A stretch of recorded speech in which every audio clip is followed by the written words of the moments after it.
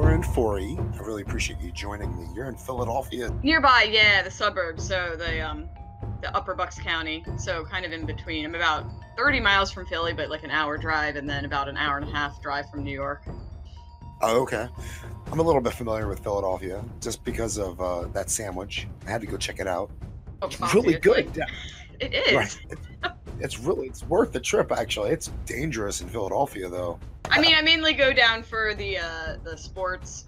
I'm a huge sports fan, so I go down there. Really? Okay. Yeah, so I go down there for the sports complex. All the stadiums are in one place, and that's really nice. And who do you go check out? What's your team? Oh, all of them. Baseball is my number one, which has been awful this season with the Phillies. I can't wait for everybody to be fired. And then Eagles, Flyers, Sixers, just all of them. It is rumored that you guys are the worst sports fans on the face of the planet. That's what people say, but you know what? What happens with Philadelphia fans is that because of, like, we have all these stories of like, oh, this throwing batteries at Santa and all that in the 70s and everything. The same stories about Philly they get regurgitated all the time in the media and they don't go anywhere. Yeah. Whereas terrible things happen in San Francisco and out in LA to teams.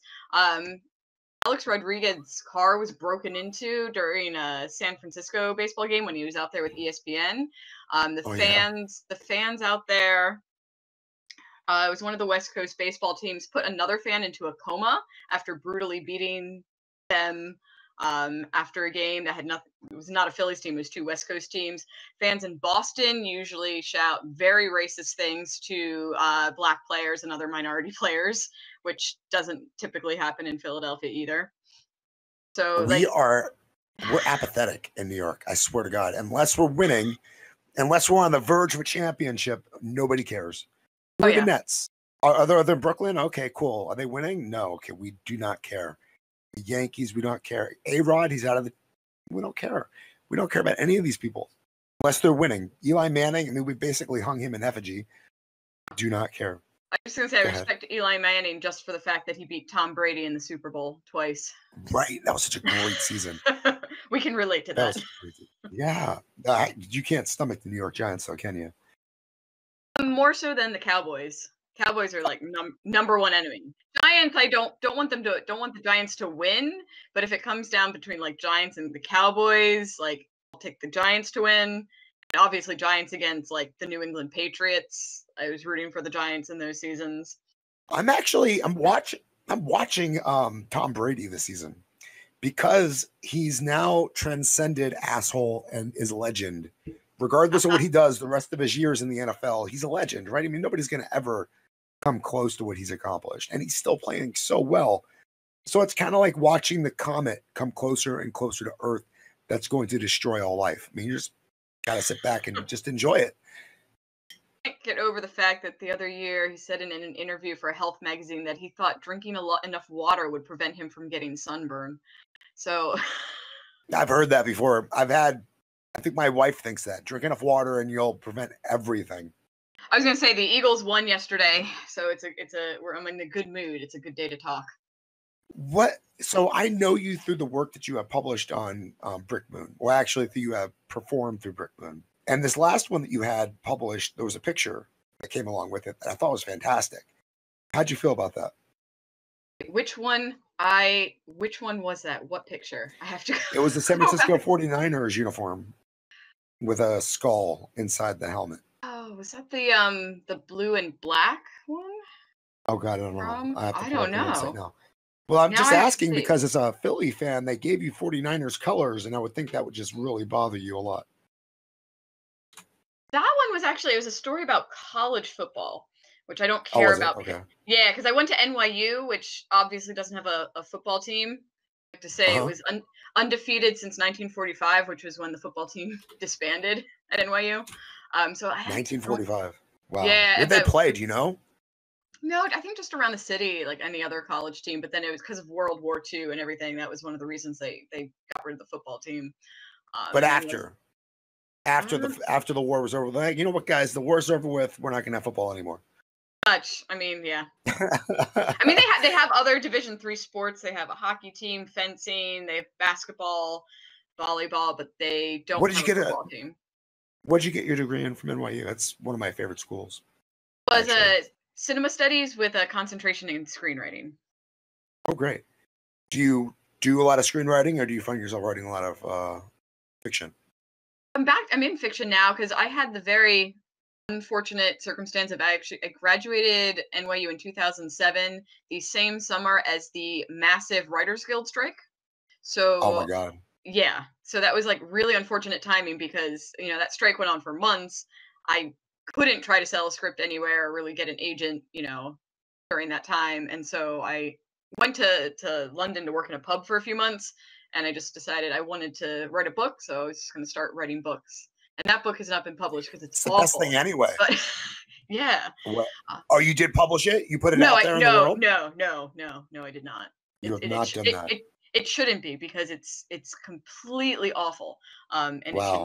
it should never see the light of day. But it got me into wanting to write good books and got me in the habit of writing every single day. And Yeah. It's interesting, right? I've done that twice, actually. I've published things on Amazon going, I'm just going to do it. And it's not the right decision. Never do it.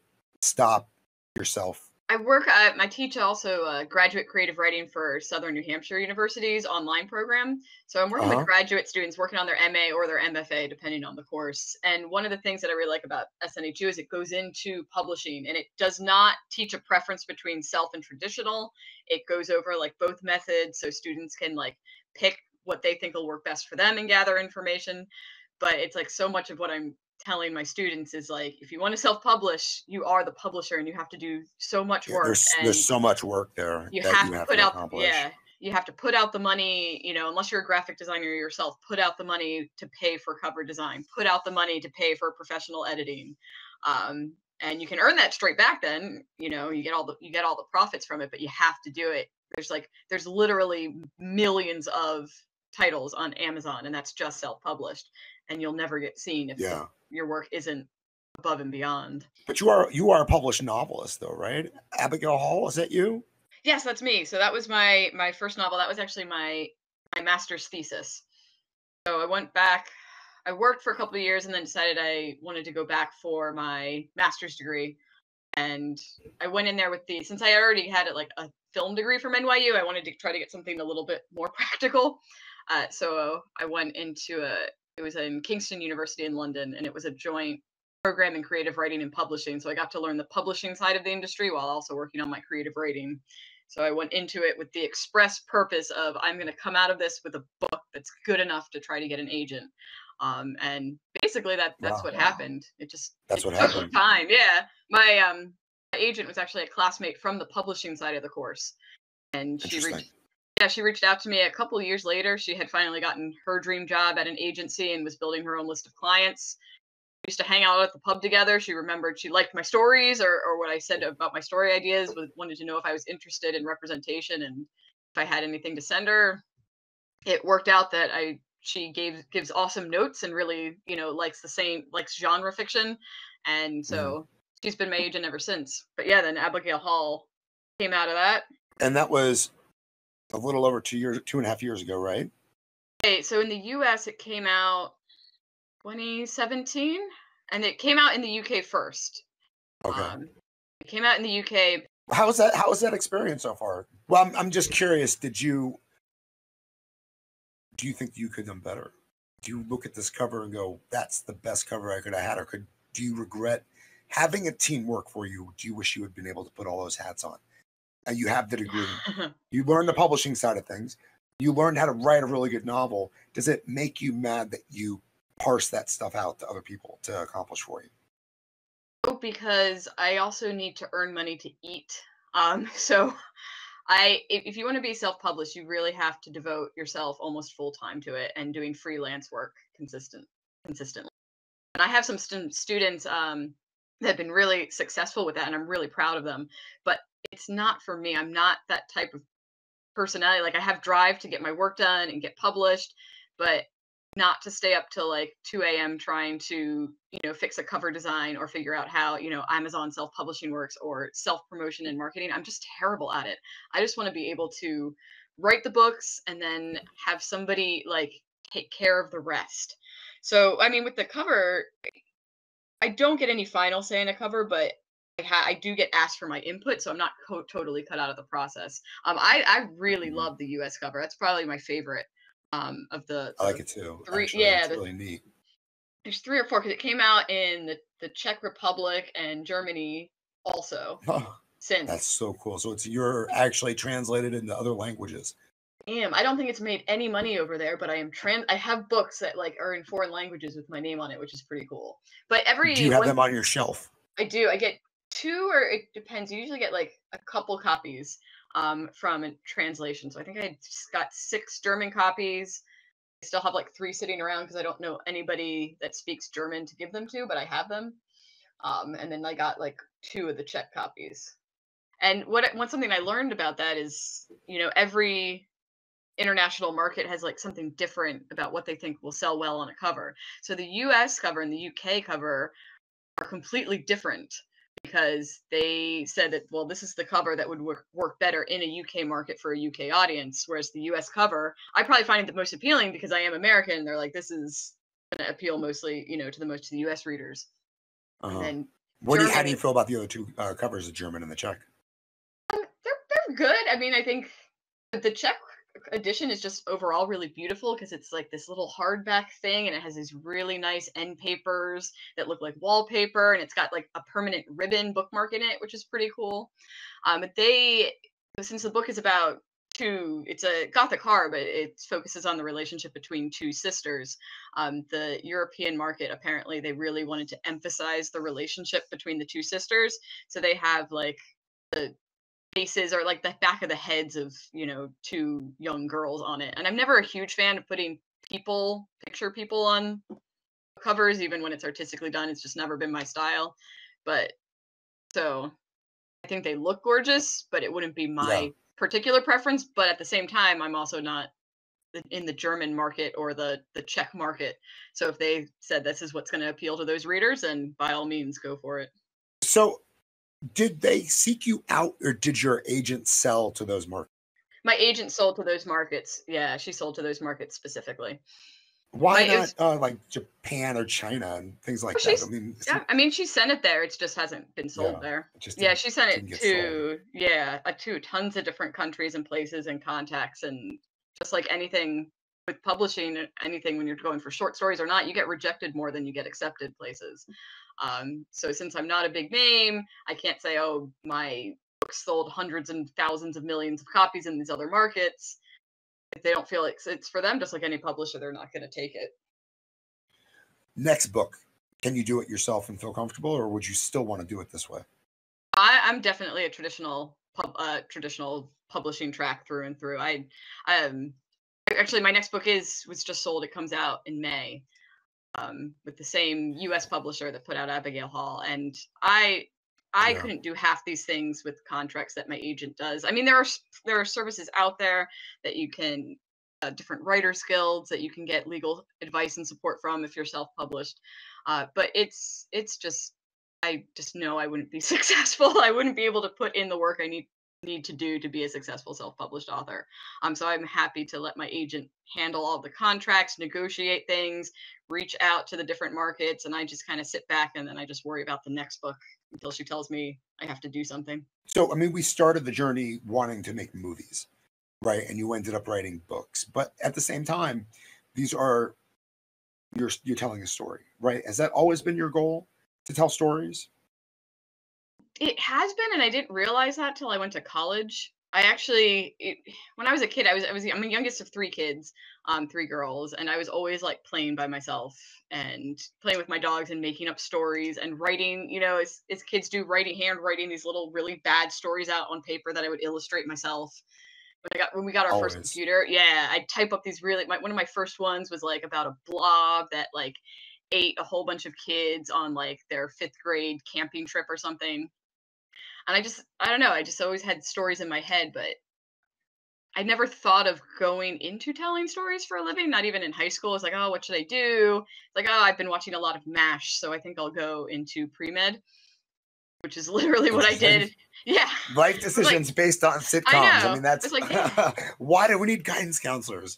Just what do you like to watch on no, TV? my guidance counselor was terrible. I hate it. They're Yeah, awful. They right. told me not to apply to NYU because people from our high school didn't go there, and I said, well, basically, screw you. My parents got me a different guidance counselor. Um, That so was the school, right? NYU is where you wanted to go yeah, more than well, anywhere else. yeah, well, I wanted to go to Yale, and I got rejected from there, but actually good that I did because I was applying as imagining that I was going to be pre-med. So it really worked out the fact that I got into NYU in the College of Arts and Science for, science for pre-med. And then a semester in, I took you give so basically NYU, you have a lot of freedom to take electives. And I was able to Yeah. take a screenwriting elective with the Tisch School of the Arts. And I just I was like, oh, this came really easy, and I really love this. And sitting in class and talking about stories and watching movies like Flatliners and Yeah. Edward Scissorhands and dissecting them and talking about them.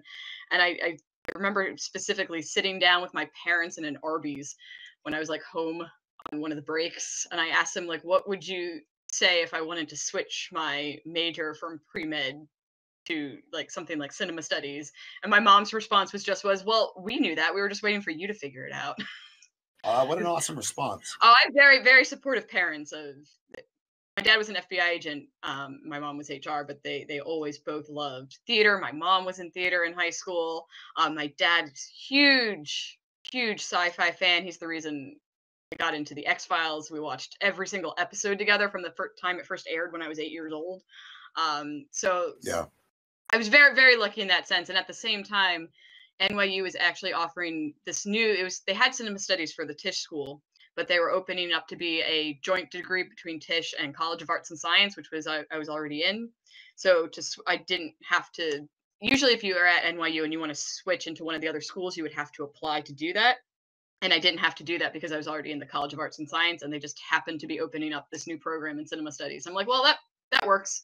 That's That's coincidence, and awesome. it's meant to be. Yeah. So yeah, once I took that first course that I realized, I should be doing this. This is what I'm supposed to be doing. And Man, then so totally similar situation. Taking the first creative writing class was like, they offer this. This is an actual thing I can do. and I was like, great. I mean, like I got to like sit down, like I'm watching movies for like homework. This is Yeah, I felt wonderful. bad. I took every single story writing class I possibly could, from theater, almost got a minor in it, to screenwriting, to novels and short stories. So I mean, I totally get that it all is related. You sit down and try to tell a story. The format almost doesn't matter at all because it works the same. Yeah, and I mean, especially that what I write is I don't write literary fiction. I write genre fiction, which is very similar to screenwriting and story structure and style. You have not necessarily 3 acts, but you have your exposition, the rising arc, your different plot points and climaxes and turns, and you just can take more time in a novel to explore that. But overall, Yeah, it's I do not like that term literary fiction at all, because I it's think a terrible almost term. it's a horrible term, right? Because almost every single story that you put down is going to be literary in some point. And if it's not, it doesn't deserve to be published. But then you add the specific elements to it, and it just becomes trash or something. It doesn't deserve to be literary. I disagree totally, right? It's even worse when they just have like the fiction section at the bookstore, and then they separate all the genres out as if they weren't part of fiction. Like, sometimes I wish bookstores were just completely alphabetical. It would make it a lot easier for me to find stuff. Like they all have. Yeah, that's the way libraries are, right? Because as a kid, I didn't know what genre was.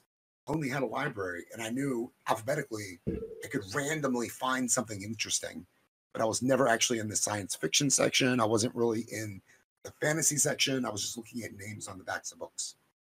Yeah, and so many things are melding of genres anyway that almost nothing is just one genre.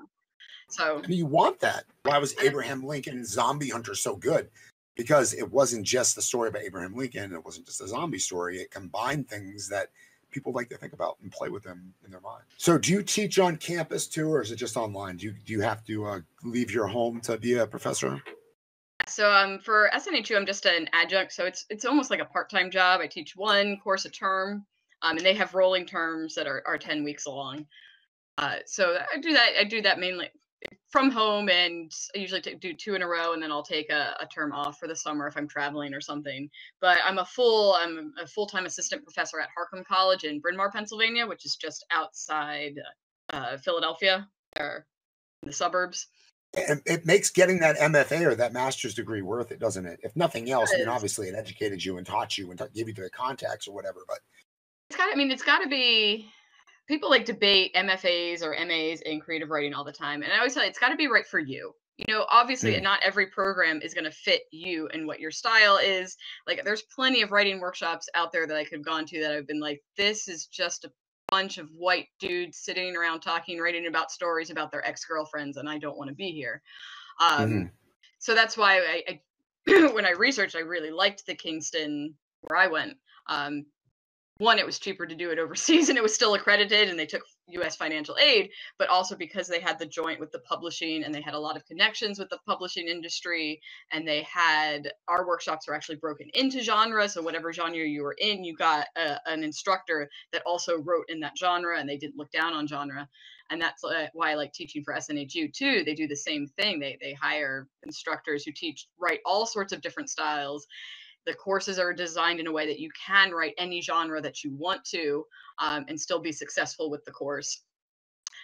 So with MFA too, I mean, when I went into it, I realized I'm going to have a second career alongside writing. I mean, I was just telling this to my students the other week, the income for writing in the US, the Authors Guild survey that came out last year, it's $20,000 a year on average that writers earn across the United States. Harry Turtledove says he could publish something full time all year round, $5,000. I mean, that's short fiction alone, $5,000. Yeah. It's all he's going to make. So it shouldn't be, I don't want students, like, you shouldn't feel like a failure if you have to have a second job. I mean, it's normal. It's the way the business works. And if you're very, very fortunate to have like another source of income, like from winning the lottery or a spouse that earns a lot, or you somehow like rake in the huge bucks, you know, like Stephen King, that's great. It's not going to be the reality for most of us. So when I went back for my master's, I was like, all right, what's my goal here when I come out? Yes, I want to be able to get the book published. What else do I want to do? Do I want to try to get a career in publishing? Do I want to try to pursue a career in something else? And I realized I really like college. You know, I like having breaks, which is nice. But also I like having a steady job, but also having like different hours each semester. So my schedule changes. It's not the same 9 to 5 days a week. And so I was like, all right, I'll go in with the idea that I'll look for work in higher education once I get my degree. And with creative writing, the MFA is the terminal degree in the field. It's not like straight English where they expect you to have a PhD to become a professor. So I mean, I've had a PhD professor as a creative writing professor, but you're right, it is MFA is pretty much the stopping line. Yeah, most of them, if you get a PhD in creative writing, it's more so because you do want to, you know, run a creative writing program somewhere. They usually look for a PhD for that. But if you just want to teach it, you don't need to get a PhD for it. Do you plan on doing this for a while? Being in this environment, do you think that it sucks the creativity out of you? I mean, you have to be with these people that want to be the best all the time, other professors, right? I mean, if you're doing something they're not, there's a jealousy factor maybe. Is it toxic? No, I don't get that at all. I mean, with Harcum, I teach more of what's called developmental English. I don't teach creative writing there. It's a private 2-year college. So it's not a community college, but it does mostly associate's degrees or general education to transfer to 4-year schools. And they're also part of the NGCAA, so it's the junior NCAA. So students that are really phenomenal athletes but don't have the grades to get into a Division I school, they go here, they work on their athletics and their academic skills so that they can transfer. So I mainly work with students doing really basics of writing, constructing sentences, constructing paragraphs, constructing basic, you know, essays, developing their critical reading skills for college so that they can be successful in a college environment. So with that, I mean, there's the other people I work with. I mean, there's not many full-time English people there, but the other ones are again from non-creative writing backgrounds. So they usually just think it's cool what I'm doing if I ever talk about it at work. In SNHU, I don't really talk to any of the other instructors because it's all online and I just have contact with my particular, you know. Yeah. You don't feel like you're in competition with anybody. No, and I don't think writers should feel that way ever. You know, it happens. You're going to get jealous. You see somebody else gets a deal. It's a natural human instinct to go, oh, why isn't that me? That's very true. You know, but what am I doing wrong? Exactly. And we're all different people. And like, it's the more if we support one another more, you know, we can all be more successful. You know, it's not like there's these limited seats at the table. We can all work with each other to help each other promote each other's books. And you know, we're all different writers. So, you know, we will get those pangs of jealousy now and then, but anybody that wallows in that, I feel like is going to just become a total jerk or just not be successful themselves and just be so focused on other people that they'll hurt their own chance at success. Yeah, I love to talk to successful people. I mean, it's one of my favorite things in the world to do. Just kind of get a, you know, glimpse. What an awful word to use, but you know, you just get a sense of who somebody is by the stories they tell, and how they navigate their career. And I'm very curious about you and how you grew up. I mean, with an FBI father. My dad was in the Army. Army brat. You know, he was artillery and went to Desert Storm and was very proud of that. And that was my first experience with guidance counselors. And I thought for sure they were just people that you talk to for an hour. I didn't know that they could actually give you suggestions about your future. Growing up with an FBI dad, what was it like? It was pretty cool. I mean, he started in the Army, but that was before I was born. That was in the 70s. It was pre-Desert Storm. And he got out when my oldest sister, no, he was in between. He was like right in between where yeah. So he never went anywhere overseas, and they were going to actually station him in Korea, and that's when he decided, I don't feel like being in the Army anymore, because he wouldn't have been able to take his family with him. But he had served his time already, so it was fine. He was a captain by that point. And major. Nice. I think they were going to make him major, and then if he would have gone over, and he was just like, no. His love was flying. He was a pilot, a helicopter pilot, and a small aircraft pilot. So he applied to both. Yeah, he applied to both the Pennsylvania State Police and the FBI, and the FBI is the one that responded first. So he went into the FBI. So I mean, I don't remember. I mean, he retired when I was about 7 years old, because he actually developed these blood clots and ended up getting this neurological condition that he had to retire early. So he was actually retired on work for most of me growing up. So he was home all the time. But I remember we got to go to, he was stationed in Newark, New Jersey. I remember like just getting to go to his office, you know, and it's just like a lot of paperwork. I know. Is that why you got interested in NYU, your experience in Newark? No, I don't mean, we just used to go to New York all the time to see shows, because like I said, both my parents loved Broadway, so we'd go up and see a show and just come back down. The city itself is kind of the bar for entry, isn't it, over here? I mean, if you're not familiar with it and what it does and how it is, you're not probably going to be into NYU. I'm in Brooklyn, so I understand this is a really hard city to live in. And to graduate with a degree from NYU is really impressive. Makes it really easy.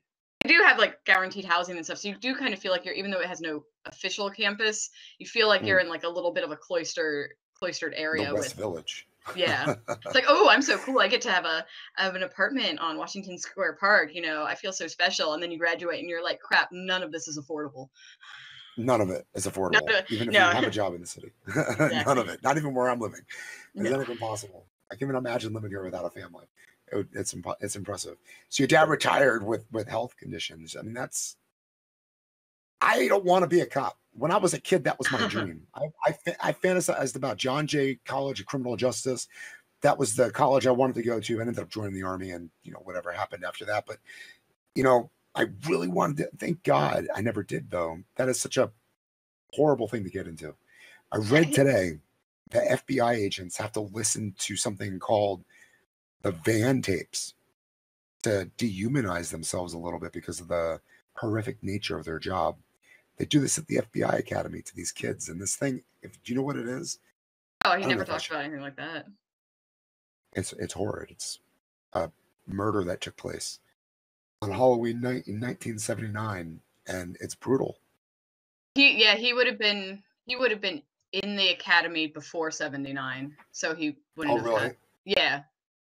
He was in Did the you watch Mindhunter? Watch Mindhunters at all? Yeah. He's about the age that Jonathan Groff's character is in that exact time frame. So like he could have been Jonathan Groff's character, except he didn't go into the psychological aspect. He mainly sat in cars and watched New Jersey mobsters come in and out of pizza places. Took pictures. It's boring until it's not. That's what I hear. Well, he only pulled his gun once, and it turned out to be on a cat. Although and then on one raid, he did pull a load of guns down from a ceiling, but it was a raid that there wasn't any like violence to it. They just kind of went into the place with a warrant. No, and then he switched because again, main thing was being a pilot. So after a couple years just kind of on the ground, he took over like. He ended up being like something like the East Coast Aviation Coordinator for the FBI. So like when the World Trade Center bombing in '93 happened, he was one of the people responsible for like circulating the helicopters in the air around the buildings. And then he was going to do. I mean, how much do you think this influenced your writing? A ton. Because I don't even remember what came first. If I liked scary stories first, and then my dad introduced me to the X-Files, or if started watching the X-Files first. I just remember standing in the kitchen, 8 years old, and my dad said, "Lauren, there's going to be this new show on about FBI agents. Let's watch it." And this was like pre all these procedural shows. There really weren't any TV shows that featured FBI agents. So we're like, "Oh, great, let's watch it." And there I am, 8 years old, watching the pilot of the X-Files as it airs. And we just watched, again, every single episode together till the time that the show went off the air. You're just a few years younger than me. I remember the X-Files coming out too. I watched all of it. And not realizing it was something special because there wasn't a lot of option on TV at that time for stuff like that, for aliens and ghosts and paranormal, whatever have yous. There wasn't really a lot there. So that was that show. It was great. Like we'd watch it every week and then like we'd talk about the episodes and we used to laugh every time the parental discretion warning came on TV. Because I was like, oh, it's at my parents' discretion that I'm watching this in the first place. And so that's, I read all the Goosebumps books. I was like Animorphs, anything with, I remember being able to read the Fear Street books when I got a little bit older. These old like horror paperbacks like Chain Letter and stuff like that. And I just always loved it. Like I always knew it was fiction, but I just loved the scary stories. My two older sisters had bookshelves of like old Babysitters Club's novels and Boxcar Kids and, Sweet Valley High. And I'm like, no, these are so boring. As long as it has a dog in it or like. You read the Sweet Valley High stuff and whatever. Because it was on the shelf. I was like exactly. The kid that, always had a book in. Like I got yelled at. Well, not yelled at, but I was the kid in school that like the teacher would have to say, "But you have to put the book away now," because I'd just be. Yeah, me too. Yeah, with the book. Just, I wouldn't do anything else. No, that's all I do. So much trouble in 6th grade. Yeah, exactly. So tell me about your characters. Like, how do you say, this is my focus? What do you like in a character at the forefront of one of your stories? I like characters that don't make stupid decisions.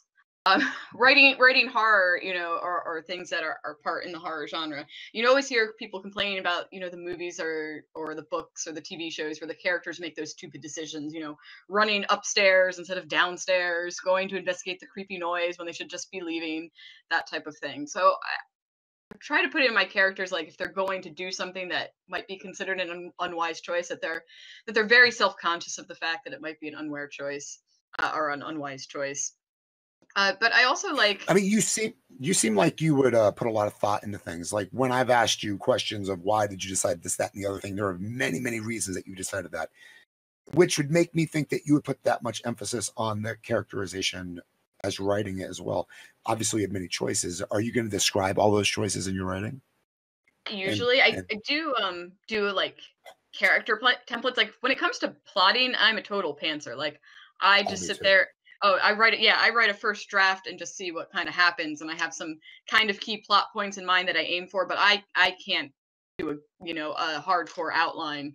Somebody had a gun to my head and said you have to do this. I'd be like, well, it's not happening because that's just not how my process works for isn't that part of being traditionally published, is submitting some kind of outline with your story too? So they kind of.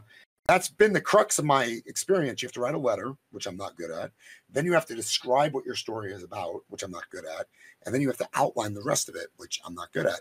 So it's like negative, negative, negative. How did you overcome that as a pantser? You can do all that stuff after you've written the book.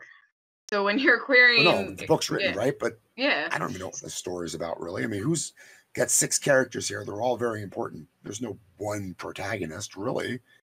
But what helps, screenwriting really actually helps with that, with the summaries. I don't have, see, the nice thing is also being traditionally published, I don't have to do that anymore. My agent will actually write the summary for my book. She summarizes it and boils it down because she's been working on it with me, you know, with edits back and forth before we've sent it out. So she knows what it's all about. She does all that, which I fortunately don't have to do anymore. But when I did have to do it, I mean, it does suck writing those brief summaries. And this, I said, this the screenwriting background really helps with that, because screenwriting, when you're pitching something or doing a log line, you have to keep it super laser focused, like you get a sentence. And so when it comes to writing something like a summary or an outline, you really just have to hone in on, you might have 6 protagonists, but really somebody's still going to emerge as like the central driving force of the story if you boil it down. And even if you mention all 6, just stay focused. You just stay focused on what the main plot is. You don't reference any subplots, and you just keep it focused on the main protagonist or protagonists and the antagonist, the main conflict that they have to overcome. So I can do an outline after the fact a little bit easier. I just kind of chart out my scenes, and then just cut out the ones that had to do with subplots. I mean, as far as your journey goes, though, you did not have to sell yourself in that way. You sat. I did. I sent stuff out before I had the agent. That was a couple of years after I had graduated that she contacted me. So I had been querying agents, and I had been trying to send out short stories and other things, and just hadn't heard anything back. With Abigail Hall, or were you working on different novels before that? With Abigail Hall. So I had sent it to other agencies where I had to put together a proper query. None of the ones I queried asked for outlines. All of those was just a summary in the first 3 chapters.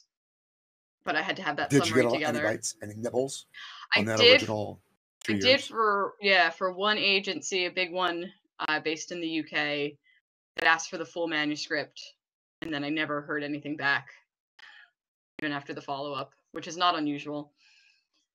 So yeah, I did. It's so interesting looking at what you've published. You publish a lot of work in anthologies.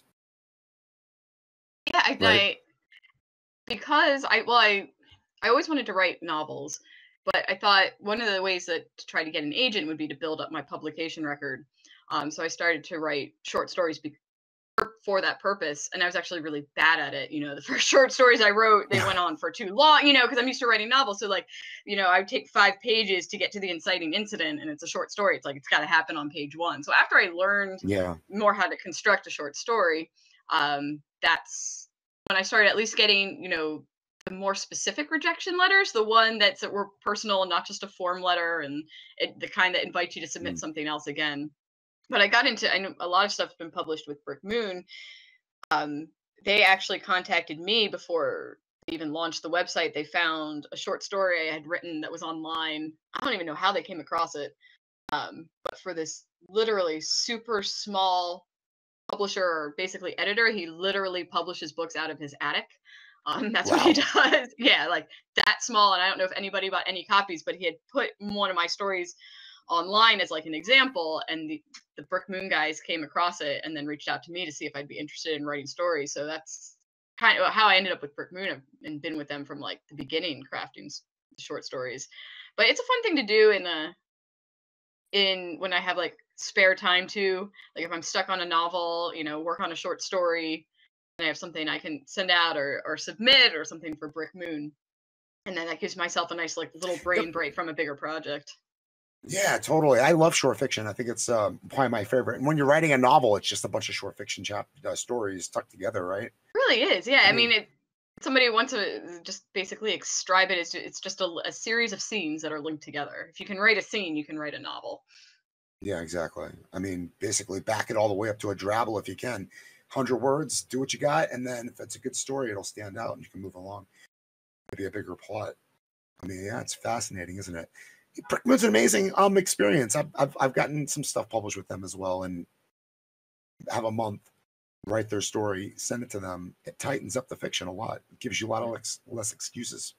It really does, and I think one of the ways my short stories really got better was by writing them in that short amount of time. Like this really, really small editor that got me noticed by Brick Moon, he used to do like these writing shootout kind of things for people that he knew. Like you'd You'd go on, he'd give you everybody a prompt, and then you'd write your story in a week, and then you'd submit it, and everybody would vote on each other's stories, and like you kind of went head to head with people, and it got narrowed down to like whoever was left and writing stories each week, kind of like a basketball tournament thing where people got knocked out each week. But you had a week to read a story or write a story, and then a week off as you read the other stories, and then a week to write a new one if you were still in for the next round. So it's like you got. How do you work your workshops? Do you do that? How many stories do your students write in a semester or your 10-week period a time? It depends on the course. So SNHU, I don't design the courses myself. They're designed by the creative writing course design team, but they're really, it makes it a lot easier for me to teach them. So with the master's courses I've taught, there's one that's on fiction fundamentals, like really honing in on narrative arc, character, setting, those elements. And what the students write for that is a short story. And I spend half my time trying to convince my students who write novels that, yes, it will benefit them to try to write a short story. And most of them believe me by the end of the course. They've seen like the power of being able to, focus in on these elements. But then for their final project, students, it's open. They can do a short story collection if they want to focus on that, or they can also start their novel and work on their novel. And that's what my students are doing now. They're actually finishing their program with their fiction thesis completion course, and they're just submitting new sections of their novels each week or new stories for their story collection. We're not each week, but about every other week. So they'll have about 35,000 words of their entire book completed by the end of the course. End of the course is in their master's degree, 2 years or? Yes, it's 2 years. It depends. It could take longer. I have a lot of students with SNHU that are in the military or their military families. Most of them are working full time, so they might only be taking classes part time, or taking one class a term and completing the degree slowly. So it's a very flexible schedule like that. But I think for the most part, if you were doing it full time and regular, it would be about 2 years. I can't imagine somebody who's writing novels would balk at the idea of writing short fiction, but I know those people exist out there who's never, ever, ever written a short story in their entire lives. It happens, and that's what I find with a lot of students in creative writing programs go into it knowing they want to write, but not knowing anything else. Like they just know that they want to write stories. Yeah, they don't know much about publishing, which I don't blame them. And most programs, I mean, like NYU didn't tell me a thing about actual practical ways to like get into the screenwriting profession. Same thing with publishing. We had one guy show up and said, "Hey guys, this is what you do. You type your title in the middle of the page, and then like the first paragraph peaks from the very bottom." And that was the only instruction I got on how to publish something. Beyond that, it would be like, all right, well, how did you like, oh, well, I wrote this script and then I got an agent and then I sold it. Or I wrote this script and then I sold it to this place. I'm like, well, how? Like, how did you meet these people? How did you send it out? How long did it take? Yeah. You have the elevator. And where do you give it? Where do you give it? Where do you give anybody on the elevator? Just give it to them. There's no information. I was in an elevator with Harvey and Weinstein once. Did you really? And Bob Weinstein. Yeah, it was an intern for the Tribeca Film Festival my senior year at NYU, and the main Tribeca Film Festival office shared a building with the Weinstein Company, and I went in there to get mail, and like the Weinsteins just came in and rode the elevator up with me. Now years later, I'm like, oh, I just stood there. They didn't say anything. They just stood at the back, and I just pretended that I didn't know who I was, but of course, I obviously knew who they was, and I met him. I didn't meet him once. I saw him at a film premiere, and I don't know where it was. Or the movie was about a punk rock band in the 80s. The lead singer killed himself. I'm not sure. Maybe that rung some bell. Maybe not. Was it about Joy Division? That's it. Touching from a Distance. I don't remember the name of the movie, but I saw him. Might be Touching from a Distance. It was really good, though. It was a great movie. And I saw him walking down the hallway, and he's such a tiny little fat man. He had such an attitude. And he aimed at me like he was just going to walk through me. So I don't like that. So I just stood there, and he parted ways by separating himself. But what a piece of crap. That the lechery of the film industry is what makes me not want to have anything to do with it. I don't want to try. I don't want to write another screenplay. I don't want to ever do anything with it. I don't want to sell.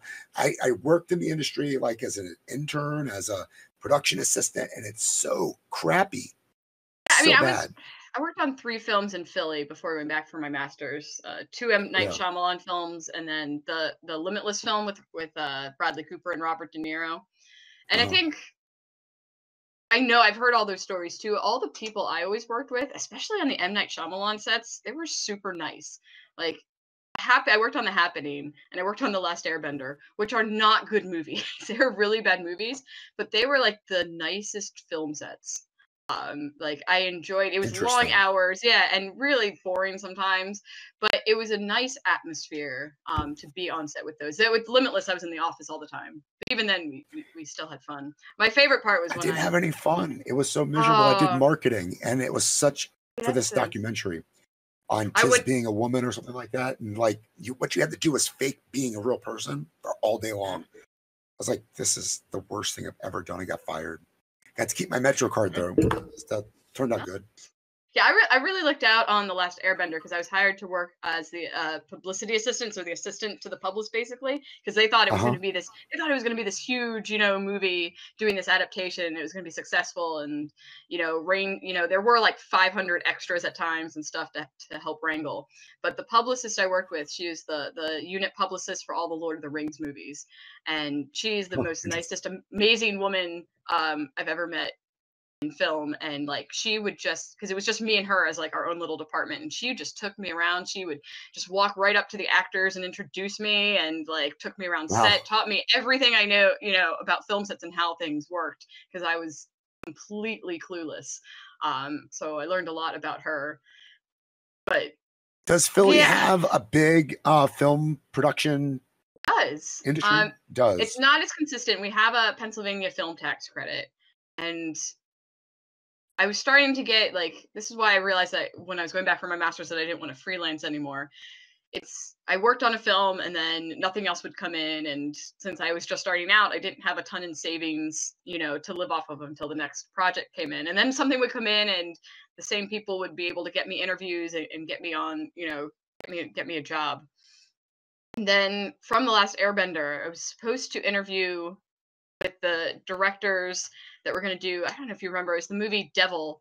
It came out years ago. It was basically these people are trapped in an elevator. Oh yeah, I And liked it. It was good. yeah, and it's set in Philadelphia, and it was supposed to be filmed in Philadelphia. And I was supposed to interview for a job as the director's assistant, which I'm always convinced myself that I would have gotten it because I know the directors from my internship at Tribeca Film Festival. I had actually been one of the filmmaker coordinators for their film, so I knew them, and they were super nice guys, and we had talked a lot. It's like, oh, this is great. I'll go in there. They'll know who I am. And then I got a call saying, well, because they weren't sure, the production company wasn't sure if the film tax credit was going to be renewed in Pennsylvania, so they're moving production to Toronto. And so Good I was like, Canadians. oh, there it goes. New So York is messing up our film tax credit yeah, or whatever the hell it is too. I've and heard that. it's It's so really important. actually, you know what it is? I've heard it's the residents of New York City that don't like it. And I don't like it either. I don't like getting the little signs on the telephone poles after my car's been towed saying, hey, we towed your car someplace. Call us. We'll let you know where it is because you didn't look at the sign quick enough. It's the worst thing ever. It really honestly is. They shut down whole blocks. Residents don't care that much. Philly's pretty indifferent to stuff like that. Hey, cool. It's people are filming, but it brings a lot of money into the city. Um, Mm. with the hotels, the rental cars, eating in the restaurants. You get cast members that get per diem, so they're spending that in town. So it really does help the local economy. Some of my people that I worked with, their production company just finished their shooting their first feature with Idris Elba in Philadelphia. So Oh, cool. the tax credit has stayed. It's kept getting renewed. There is a lobby board that fights for it to be renewed every year, and there's a Pennsylvania Film Industry Association who really works hard because Mindhunters filmed out in Pittsburgh, so they're part of this Pennsylvania Film Industry Association too, to keep work in Pennsylvania because it does bring so much economic benefit. So I think it's working in a So smaller interesting. I film. mean, there are so many places to tell stories like this, right? It's not just film anymore. It's not just cinema. Like you could tell that type of story in a 10 episode arc, I mean, and it's all over the place. one of the things I always liked about the idea of being a writer is that you can write from anywhere. Like, oh yeah, you got to go till you're gonna write TV, go to LA for meetings or whatever. Look up there, but not so much anymore. Especially with all the not just the internet, but just the different video chats or WebEx services and things like that, you Hmm. can pretty much write from anywhere. And unlike being like an actress or an actor where you have to go and audition, so Yeah, I'm always like, it's great. I audition on my own right. time by finishing my work and sending it out and then getting a rejection by email instead of to my face. So But I mean, honestly, I don't really do this very often, but I imagine that you could reach out and talk to anybody that you want, given the right, magic. They might respond back to you, and you can start a dialogue about potentially making money going or having a yeah, I mean, cooperation later on down the road. if you can find the right address or the right email or the right person to talk to, and that's why they say always be nice to the assistants, because they Yeah, really are the gatekeepers of that. But yeah. if I wanted to, people do. I mean, you can get like there used to be Hollywood market guides that had all the addresses for the film companies and whatnot that you can write to them, and you never know what'll happen. You never know what happened. I mean, I just responded to a comment on Reddit saying, it's having a paper script's interesting. A lot better than having an electronic copy, which gets buried in a slush pile and you'll never pull it out again. But if you have a paper script and you're handing it to somebody, the chances they'll leaf through it are greater than an email. You know what I mean? But how do you get that paper script to them? And you need to do it at That the right gatekeeper. time. Like there's time and a place to like hand somebody something that you've read, and usually you want to make offer the fact that you have something first before just handing it to them. I've actually been handed like a script, or it was like a story from a colleague somewhere else asking me to like read it while I was getting ready to teach my class. Um, and I was standing there. My students are in the room. I'm trying to get my PowerPoint and everything set up for like one of the first classes of the semester. And then I have somebody handing me a story saying, "Hey, could you read this?" And I'm looking at, I'm like, "What? Like, where did this come from? I why am are the you, worst. why are you I handing don't. me this? I just have I, students to teach. I have got yeah. like a whole class of online students writing to read. Like, this is not the time and the place for this." I don't know. Do you ask other writers to read your stuff? Do you do that as an artist? Do Do you have for somebody that reads everything that you write? everything. My agent reads everything. I'm not really the short stories. Those I'll just write and I'll send to Brick Moon, and if they have any editorial comments, then I just work with them directly. Other short stories that aren't for Brick Moon, I have like my best friend also writes the writer, so I'll sometimes send her stuff, or I'll send her my novels more especially to be like, hey, is this on track or is this off track? Um, so I don't. I only send it to particular people I trust that I know give me honest but also helpful feedback. Uh, with that, because you can't just send it to anybody. Like I can't. No. People are like, oh, I let my mom read it. My mom gives really good feedback. I'm like, no, my mom doesn't read fiction much. She likes her nonfiction, her historical, historical books on like the royal families in Britain and things like that. So she'll Hmm. read a work of fiction as much as she like loves movies and Broadway and shows like that. Like when it comes to reading fiction, she doesn't read a lot, so she'll look at it and she'll be like, she's like, I found a typo. I'm like, that's not helpful. It's a first draft. Obviously, there's going to be a typo. But yeah, I have some particular friends, yeah, that I'll send maybe not the whole thing to, but I'll send chunks to. Be like, hey, can you read these? First 3 chapters. Let me know what you think. Is it engaging enough? Is it too obvious? Are the characters there? Is the narrative arc moving? And then I pretty much do it on my own until I'm ready to send it to my agent. That's the problem, though, isn't it? When do you get off the pot, so to speak, when you're writing your own stuff? Because I mean, for me, I'll write a draft, go back to it like 8 times over the course of years and years and years. Not just a thing that is done.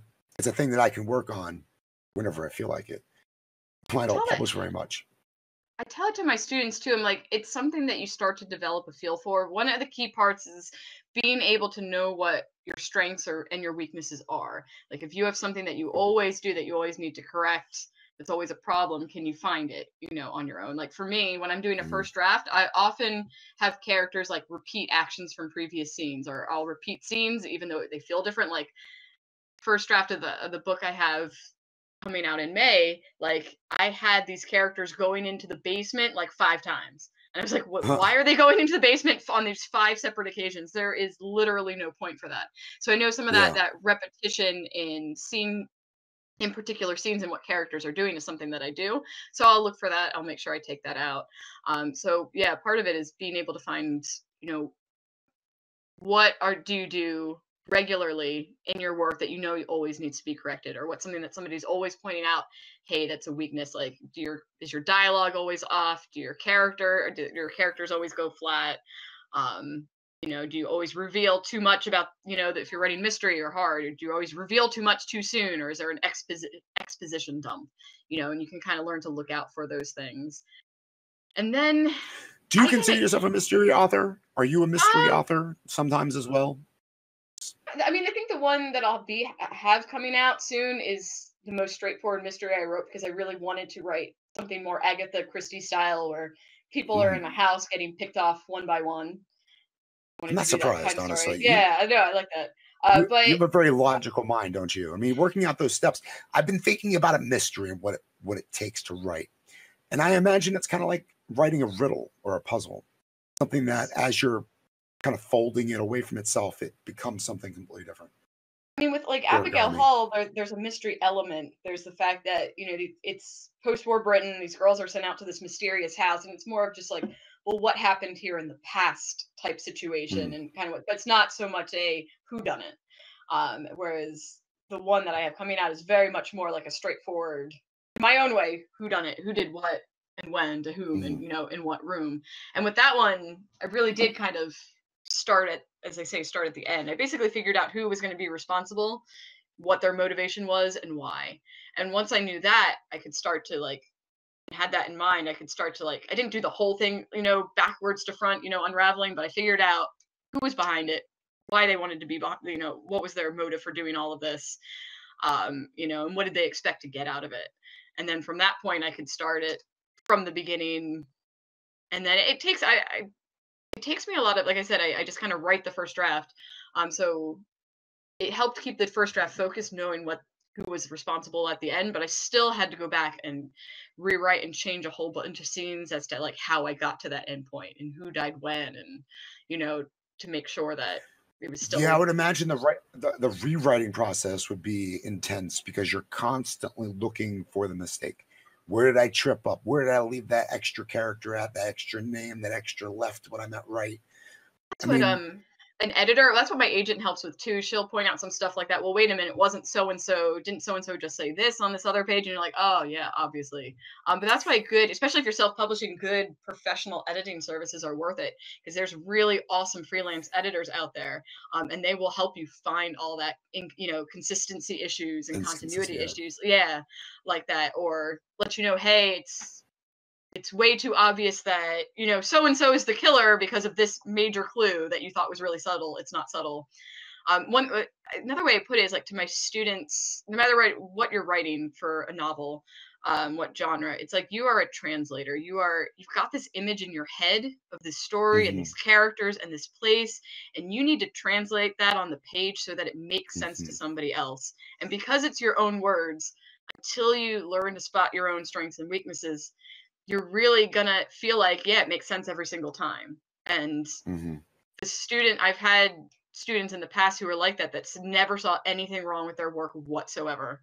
Yeah, I'm you gotta pretty much. They are few and far between, but they pop up every once in a while. Fortunately, I have evil. It's not going to get very far, but I'm just going to give you my thoughts, and you're still going to end up with this grade. But yeah, so as the translator, you have to, that's why I say the peer workshops that we do are so important, and why my feedback's important. You have to have somebody else who's not inside your head see your work and let you know if it's making sense.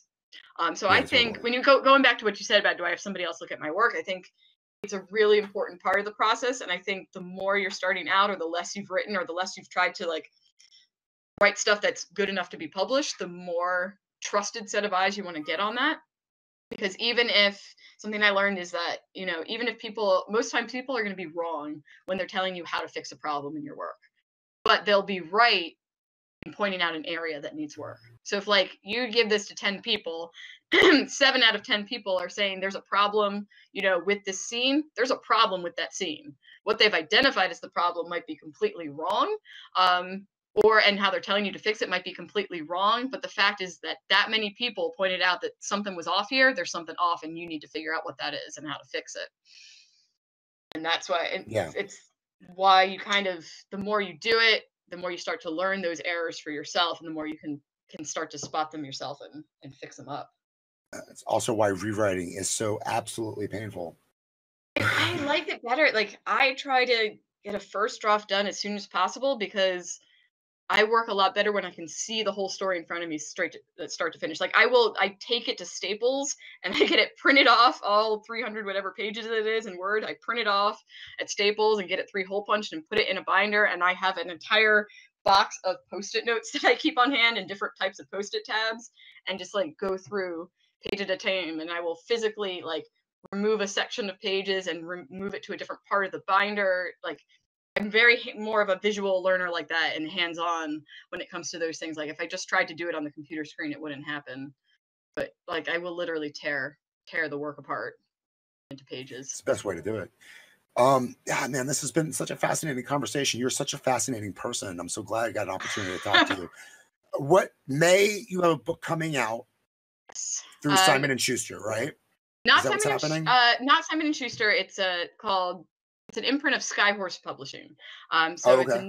It's a new, they have an imprint called Arcade Fiction, and then Arcade Fiction is doing a brand new crime fiction imprint that was just launched this month, called Arcade Crimewise, that's specializing in more crime thriller fiction.